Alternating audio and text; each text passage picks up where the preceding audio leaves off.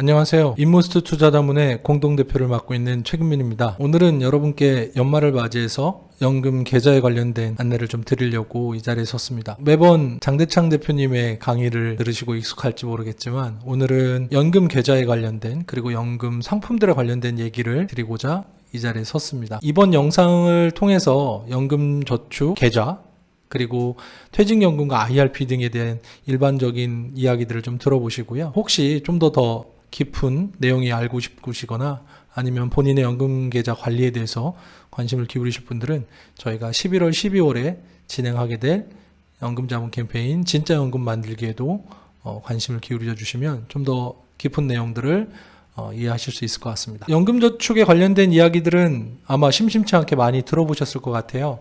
게다가 최근에는 연말을 맞이해서 연말 정산이라든가 세액공제 등에 대해서 관심이 많아지시면서 많은 내용들을 들으셨을 줄 압니다. 오늘은 그 중에서도 연금저축 제도와 어떠한 특징이 있는지에 대해서 짧은 시간이지만 설명을 드리고 좀 이해를 구해보도록 하겠습니다. 먼저 제가 드릴 말씀은 연금저축 제도에 대한 이야기를 안 할 수가 없을 것 같네요. 연금저축을 많은 분들이 보험 혹은 연금저축 펀드, 계좌 이런 것들에 대해서 어떻게 구분이 되는지 또 그 전에 보험회사들이 가지고 있는 연금보험과는 또 어떤 차이가 있는지 많이 혼동하시는 것 같습니다.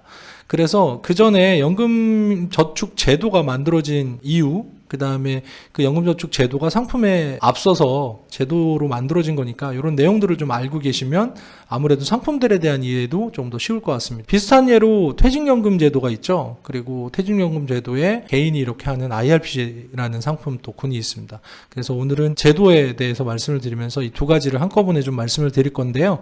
일단 기본적으로 두 제도는 한 뿌리를 가지고 있습니다. 이게 뭐냐면 근로자의 노후를 보장하기 위해서 만들어진 제도적인 장치라는 한 뿌리가 있죠. 다만 시기적으로는 연금저축은 94년도, 그 다음에 퇴직연금은 2005년도에 각각의 다른 법에 의해서 만들어졌습니다. 당연히 나라가 만들어 놓은 제도니까 혜택이나 세금적인 부분에서의 차이가 좀 있겠죠. 대표적으로 소득공제, 그 다음에 세액공제 같은 연말 정산에 필요하신 그런 부분들이 있고요. 과세이연이나 분리과세와 같이 향후에 연금을 타실 때 필요한 또 혜택들도 있습니다. 특별히 이러한 혜택들은 앞서 말씀드렸던 보험사의 연금보험 상품과는 좀 구분이 됩니다. 그래서 연금보험 상품은 10년을 내시면 뭐 비과세다 이런 얘기를 많이 하죠. 그래서 그런 내용들과는 조금 구분이 되어진다라고 생각하시면 됩니다. 그래서 얘는 상품이기 이전에 제도가 있고 이 제도에 포함되어 있는 상품들만이 같은 이런 군으로 묶여있기 때문에 이런 것들을 먼저 구분하시는 게 필요할 것 같습니다. 연금저축부터 좀 알아볼게요. 근데 연금저축은 크게 세 가지 이름을 가지고 있습니다. 이 세 가지 이름은 연금저축이 개혁되면서 조금씩 바뀌게 되었는데요. 우선은 처음에 생긴 연금저축 94년도부터 1차 개정이 일어나기 전인 2001년도까지의 연금저축을 개인연금저축 혹은 구개인연금이라고 부릅니다. 해당 연금을 가지고 계신 분들이 그렇게 많지는 않을 것 같아요. 그런데 구개인연금은 납입액의 40%를 소득공제 받고 연금으로 받으실 때는 전부 다 비과세로 받을 수 있습니다. 그러니까 이게 혹시 보험사의 연금보험 상품하고 같아요 라고 말씀하실지도 모르는데요. 전혀 다르고요. 완전히 다른 상품이고요. 개인연금저축이라는 표시가 꼭 있으니까 그건 좀 확인해 보시면 될 것 같습니다. 하지만 지금은 가입이 불가능하신 상품이죠. 이제 아마 대부분의 이 방송을 듣고 계신 분들은 2001년도 이후에 가입이 가능한 연금저축 제도에 따라서 아마 가지고 계실 것 같아요. 자, 2001년부터 2013년도 사이에 가지고 있는 연금저축을 구연금저축이라고 부릅니다. 그리고 2013년 이후에 갖고 계신 연금저축을 신연금저축 혹은 그냥 연금저축 계좌라고도 부르죠. 2001년도하고 2013년도에 개정이 일어났는데요. 사실 두 제도는 거의 동일합니다. 다만 크게 두 개의 차이가 있는데 어떤 차이가 있냐면 연금으로 수령하실 때 구연금저축과 신연금저축의 기준 나이, 그러니까 가입 기준에 연금으로 받으실 때 기준이 조금 다릅니다. 또 하나의 차이라고 하면 예전 구연금저축은 어린이들이 가입할 수가 없었어요. 그러니까 쉽게 말하면 소득이 있는 사람들 위주로 가입을 할 수 있었다면 지금 바뀐 신연금저축은 누구나 가입을 할 수가 있고요. 마지막으로 큰 차이라고 하면 두 연금의 의무 납입 기간이 신연금저축은 5년, 구연금저축은 10년입니다. 그래서 이 납입 기간의 차이로 인해서 앞서 말씀드렸던 연금을 개시하실 때 기준이 조금 다르게 됩니다. 자, 그래서 연금저축, 구연금저축과 신연금저축은 운용하거나 연금으로 받으실 때 차이는 크게 없습니다. 다만 두 개를 부르는 이름을 이렇게 달리 부르는 이유는 가입 시기마다 적용하는 좀 방법들이 달라서 그런데요.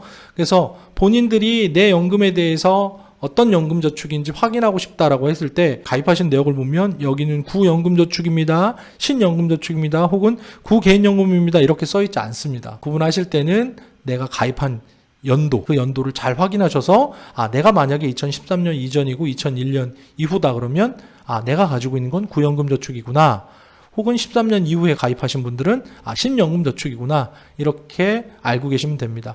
대부분이 우리가 알고 있는 많은 연금저축을 설명하는 내용들에 이 구분을 쓰고 있으니까요. 명시된 건 아니지만 그렇게 이해하고 계시면 될 것 같습니다. 연금저축이란 제도 안에 금융회사별로 상품을 내놨어요. 은행에서는 신탁, 생명보험, 손해보험 같은 보험회사에서는 연금저축보험, 그 다음에 자산운용사에서는 연금저축 펀드 이렇게 구분해서 상품을 내놓았습니다. 실제로 연금저축 펀드가 제일 나중에 생겼고요. 지금은 연금저축 펀드를 담을 수 있는 연금저축 계좌라는 개념이 도입되면서 사실 조금 복잡해 보이실 수 있어요. 자, 상품을 만든 건 각각의 금융사지만 주요 판매하는 회사들은 대부분 은행이나 증권사, 보험사들이 공통적으로 다 판매는 가능합니다. 그러니까 나는 은행에 가서 가입했으니까 난 신탁일 거야 이렇게 생각하지 마시고요. 가지고 계신 상품을 잘 따져보시면 은행에 가서 가입했지만 나는 연금저축 보험 이렇게 돼 있으실 확률이 되게 높습니다. 그러니까 판매처를 통해서 구분하기보다는 가지고 계신 상품을 정확하게 구분하실 수 있어야 돼요. 자, 각각의 상품별로 특징이 조금씩 있는데요. 일단은 납입 방법은 보험은 정기납입니다. 왜냐하면 매월 고정적인 날짜에 고정적인 금액을 계속 넣으셔야 돼요. 대부분의 보험이 그렇듯 연금저축 보험도 그렇습니다. 은행에서 가입하신 신탁과 자산운용사에서 만든 연금저축 펀드 계좌는 자유납입니다. 원하실 때 넣으셔도 되고요. 투자하는 방식에 있어서는 은행과 보험사는 금리형입니다. 그런데 은행에 있는 신탁 상품은 2018년도 1월부로 신규 가입이 중지되었습니다. 그러니까 아마 가지고 계신 분이 있어도 신규 가입을 그 이후에 했다는 분은 없으실 것 같아요. 그래서 지금 남아있는 상품은 보험과 펀드 이 두 가지만 남아있다고 생각하시면 됩니다. 금리형으로 운용되는 보험사 방식은 변동금리를 적용하고 있고요. 연금저축 펀드나 계좌는 이렇게 금리형이 없고 전부 다 투자형이라고 보시면 됩니다. 그래서 잘 알고 계신 펀드나 최근에는 ETF라는 새로운 상품군도 이를 통해 투자할 수 있기 때문에 투자의 폭이 조금 넓어졌죠. 특징으로는 보험 같은 경우에는 생명보험에 한해서 종신형연금이라는 독특한 연금 형태를 받으실 수 있고요. 나머지는 기간별로 받으시게 됩니다. 자산운용사에서 만든 펀드는 아시겠지만 유일한 투자형 상품이기 때문에 약간의 원금 손실이 있을 수 있는 리스크도 있다는 거, 하지만 유일한 투자 방식이기 때문에 물가상승률을 감안한 추가적인 수익도 기대할 수 있다는 게 어떻게 보면 특징일 수 있겠네요. 혜택은 동일합니다. 총 납입 한도는 연간 1,800만 원이고요. 납입 원금의 400만 원은 세액공제를 받으실 수 있습니다. 자, 그런데 이 총 납입 한도 1,800만 원은 뒤에 설명드릴 퇴직연금이나 IRP에 추가 납입하는 그 금액과 합산해서 1,800이니까요. 잘 확인하시고 진행하시면 될 것 같습니다. 주요 특징과 함께 장단점을 좀 살펴봐야 될 것 같은데요. 앞서도 제가 조금 말씀을 드리긴 했습니다만 연금저축 신탁은 없어졌으니까 지금부터 그 장단점을 논하기에는 크게 의미가 없을 것 같고요. 연금저축 보험과 펀드를 살펴보면 연금저축 보험 같은 경우에는 금리형이다. 과거에는 신탁 대비 금리가 높았지만 지금으로 따지면은 저축은행 정도의 금리 준하지 않을까 싶습니다. 그리고 얘는 복리로 운용된다고 하는 특징을 가지고 있고요. 앞서도 설명드린 종신연금이 일부 생명보험 한해서 있다라는 거, 그런 게 좀 장점일 것 같습니다. 단점으로 보면 매월 고정으로 납입해야 되기 때문에 10년 동안이라고 그러면 고통스럽지만 계속 납입을 해야 되고요. 무엇보다 가장 요즘 이슈가 되고 있는 부분이죠. 보험회사의 사업비. 평균 한 7에서 9%의 높은 사업비를 보험사가 차감을 합니다. 기간 대비 좀 낮은 수익성 때문에 최근에는 연금저축 보험에서 다른 투자 방법을 이용해 보려고 이전을 계획하실 분들이 많은 것 같습니다. 연금저축 펀드 혹은 연금저축 계좌는 투자형이고 자유납입니다. 일반적인 펀드나 ETF 투자 시에 투자하시는 방법과 동일하다고 할 수 있죠.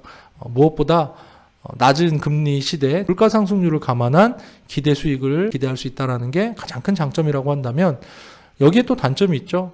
원금이 보장되지 않는 손실 리스크가 있고, 또 투자 상품이 워낙 다양한데 연금에다 이걸 장기간 담고 유지하기에는 어려움이 꽤 많이 있다고 느끼시는 것 같습니다. 공통적으로는 뭐 어떤 형태로든 세액공제라는 혜택이 있고요. 연금 소득세를 조금만 내도 된다는 거, 그 다음에 기관 이전이라는 또 혜택이 있습니다. 이게 주요하게 말씀드릴 부분인데, 다른 금융상품과는 틀리게 기관 이전 혹은 계약 이전이 된다는 건 굉장히 큰 장점이라고 할 수 있겠죠. 그 설명은 뒤에 좀 더 구체적으로 드리겠습니다. 가장 큰 단점 중에 하나는 뭐냐면, 다양한 이런 관리 방법들과 제도가 점점 넓어지고 있는데 실제로 적립금 관리는 거의 방치 상태에 가깝습니다. 대부분 연금저축 상품을 세액공제를 이용하기 위한 수단으로 생각하고 계시죠. 그러다 보니까 실제로 세액공제를 받았다면 그 이후에 얘가 수익이 어떻게 나고 있고 향후에 어떻게 연금으로 받을 수 있는지, 그리고 그 연금 연액이 내가 계획하고 생각한 만큼 충분한지, 이런 것들에 대해서는 생각을 깊게 하지 않으시는 것 같아요. 그러다 보니까 꽤나 큰 금액, 거의 140조가 넘는 금액이 연금저축 이 제도 안에 있음에도 굉장히 낮은 수익률과 또 저조한 연금 지급으로 좀 문제가 되고 있는 것 같습니다. 앞서도 설명드렸던 연금저축은 기관 이전 혹은 계약 이전이 가능합니다. 이 또한 법으로 정해져 있어요. 만약에 여러분들이 연금저축이 아닌 A라는 보험회사에서 만든 보험상품에 가입하셨어요. 그런데 한 5, 6년을 내다 보니까 이 보험회사가 본인한테 맞는 것 같지 않다고 해서 똑같은 상품을 B라는 보험사로 옮긴다면 과연 그게 가능할까요? 아마 거의 불가능하다고 생각하실 겁니다. 그런데 이 연금저축 제도 안에서 가입되어 있는 다양한 상품들, 뭐 신탁이라든가 보험이라든가 펀드라든가 이런 것들은 별도의 페널티가 없이 이전하실 수 있습니다. 들어보셨는지 모르겠어요. 연금저축 하고 있다가 내가 해약하면 내가 소득공제 혹은 세액공제 받은 걸 다 토해내야 된대. 이런 말씀 들어보셨죠? 예, 맞습니다. 그런데 얘는 그렇게 해약으로 간주하지 않고요. A라는 회사에서 B라는 회사로 언제든지 내 적립금을 이전할 수 있는 겁니다. 가장 대표적인 사례가 뭐냐면, 늦게 생긴 상품이 있죠. 연금저축 펀드나 연금저축 계좌와 같이 투자형 상품으로 나는 하고 싶은데 내가 가지고 있는 것은 연금저축 보험이어서 금리로만 운용되고 있어요. 자, 여기다가 투자 상품을 다시 넣지는 못하는데 대신에 내가 보험사에 있는 연금저축 상품을 증권사로 옮겨서 증권사에서 판매하고 있는 펀드나 ETF로 내가 투자를 하고 싶다, 이러면 계약을 이전한다는 이 제도가 법적으로 허용이 되어 있습니다. 때문에 이미 납입이 끝나신 연금저축 상품도, 그리고 지금 현재 납입을 계속 하고 계신 연금저축 상품도 언제든지 원하시는 기관으로 계약을 이전하실 수 있습니다. 그래서 이러한 부분들을 좀 잘 활용하셨으면 좋겠습니다. 계약 이전을 하실 때 많이 헷갈려 하시는 부분이 있어요. 앞서도 말씀드렸던 보험회사에 있는 상품들을 가장 많이 헷갈려 하시는 것 같습니다. 사실 이렇게 구분하는 거는 세법적으로도 혹은 상품적으로도 적절하진 않은데, 보고 계신 분들의 이해를 돕기 위해서 저희가 일부러 이렇게 한번 만들어 봤습니다. 개인연금은 크게 비과세형과 세액공제형으로 나뉜다고 볼 수 있고요. 비과세형은 많이 들어보셨을 거예요. 10년 내시면 세금이 없습니다, 비과세입니다라고 말하는 상품들이 있습니다.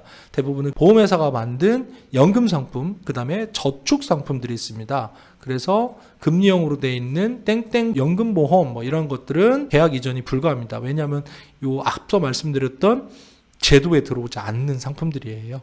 그리고 투자형 중에서도 이런 거 있습니다. 앞에 변액이라는 말이 들어가는 변액연금, 변액유니버셜, 이런 상품들은 역시 마찬가지로 10년을 납입하셨을 때 비과세 혜택을 받는 형태이기 때문에 이런 상품들은 계약 이전이 불가합니다. 그리고 세액공제형은 뭐냐면 말 그대로 연금저축, 신탁, 보험, 펀드라고 하는 이런 상품들인데요. 제가 좀 구분하기 쉽게 말씀을 드리면, 가지고 계신 연금계좌 상품이 연금저축이란 말, 꼭 저축이란 말이 들어가야 합니다. 그래서 연금저축이라는 말이 들어간다면 어떤 형태로든 이전이 가능하다, 이렇게 생각하시면 될 것 같습니다. 그러면 왜 이렇게 많은 사람들이 계약 이전을 이야기를 하는 걸까요? 2019년도 말 기준으로 연금저축 상품의 운용 현황에 대해서 금융감독원이 발표한 사례입니다. 이건 매해 한 4월에서 6월 사이에 통계가 발표되는데요. 전체 가입금액이 143조고요. 그 중에 105조, 약 비중으로는 73.6%가 보험에 들어가 있습니다. 이유는 보험회사가 만들어낸 상품이기 때문에 보험 설계사나 뭐 이런 분들이 많이 설계를 하고 안내를 해서 그렇다고 생각하실지도 모르겠지만 그 펀드나 이런 것들은 나온 지가 그렇게 오래되지 않았어요. 그런데 반해서 연금저축보험의 경우에는 제도가 시작된 이래로 꾸준히 있어 왔기 때문에 그 역사만큼이나 보험에 가입된 분들이 많았고, 두 번째는 지금은 저금리로 조금 그 금리를 바라보실 때 좀 곤혹스러우시겠지만 과거에는 복리로 진행되는 저 보험의 이율이 썩 나쁘지 않았습니다. 그래서 아주 그냥 뭐 큰 고민 없으시게 이 정도로 계속해서 복리로 불어나면 이 다음에 연말에 수익도 괜찮을 거예요. 일하시기 힘드시고 그런데 관리라는 걸 생각할 필요 없이 복리로 불어나는 보험 형태의 상품이 나쁘지 않았습니다. 그런데 최근에 들어서 밑에 보이시는 연금저축의 수익률 현황을 보시면 생보, 손보 합쳐서 2%가 채 되지 않습니다. 그러다 보니까 이대로 이 금리를 가지고 내가 오랜 기간 동안 연금저축을 유지하면 과연 이게 효과가 있을까? 이런 생각을 하게 됐고요. 반대로 보면 펀드는 보험이나 신탁보다는 높은 수익률을 기대할 수 있기 때문에 작년도 같은 경우에는 10.5%, 그래서 펀드로의 이전 혹은 신규로 가입하시는 분들도 펀드를 더 선호하시는 것 같습니다. 그래서 현재는 비중으로 보면은 약 10%대로 좀 낮은 비율이긴 하지만 향후에 연금저축 펀드 혹은 연금저축 계좌가 훨씬 더 많아질 거라고 기대하고 있습니다. 무엇보다 저희가 이렇게 연금저축에 대해서 이야기하면서 펀드 혹은 투자 상품에 대해서 말씀을 드린 이유는 앞서도 말씀드렸지만 대부분이 연금저축을 세액공제 혜택으로만 보고 계시기 때문입니다. 하지만 연금저축 운용을 적절히 하시고 관리만 적절히 잘 하실 수 있다면 그 어떤 것보다도 좋은 효과를 볼 수 있는 상품임에 틀림이 없습니다. 그런데 이렇게 낮은 금리 상태에서 계속 금리 형태 상태로만 놔둔다는 건 문제가 커질 요지가 분명하고요. 조금 관심이 있으신 분들은 앞으로 금리가 더 올라갈 것인지 아니면 저금리 시대가 한동안 계속될 것인지를 아마 예견하신다면 더더욱이 연금저축에 대한 관리가 필요하실 거라고 생각합니다. 저희가 이번에 준비한 연금저축 캠페인 역시 그러한 취지로 진행을 하시는 것이고요. 저희가 준비한 내용들이 좀 많습니다. 연금 운용 전략부터 시작해서 많은 분들이 그래요. 연금을 어떻게 개시하면 돼요? 또 개시한 이후에 세금은 어떻게 돼요? 또 다른 연금들과야 어떻게 연금을 개시할 때 순서를 정해야 돼요. 이런 것들 굉장히 궁금해 하시는데 그런 세부적인 내용들까지 준비를 많이 했으니까요. 좀 더 깊은 내용을 원하시는 분들께서는 이번 캠페인 참여하셔서 좋은 계기가 되셨으면 하고요. 저희도 준비 많이 한 만큼 또 많은 분들이 성원해 주시면 또 그에 보답할 수 있는 여러 가지 연금에 대한 이야기들을 또 준비하도록 하겠습니다. 오늘 제가 준비한 건 여기까지고요. 다음 시간에는 IRP, 퇴직연금에 대한 이야기로 다시 찾아뵙겠습니다. 감사합니다.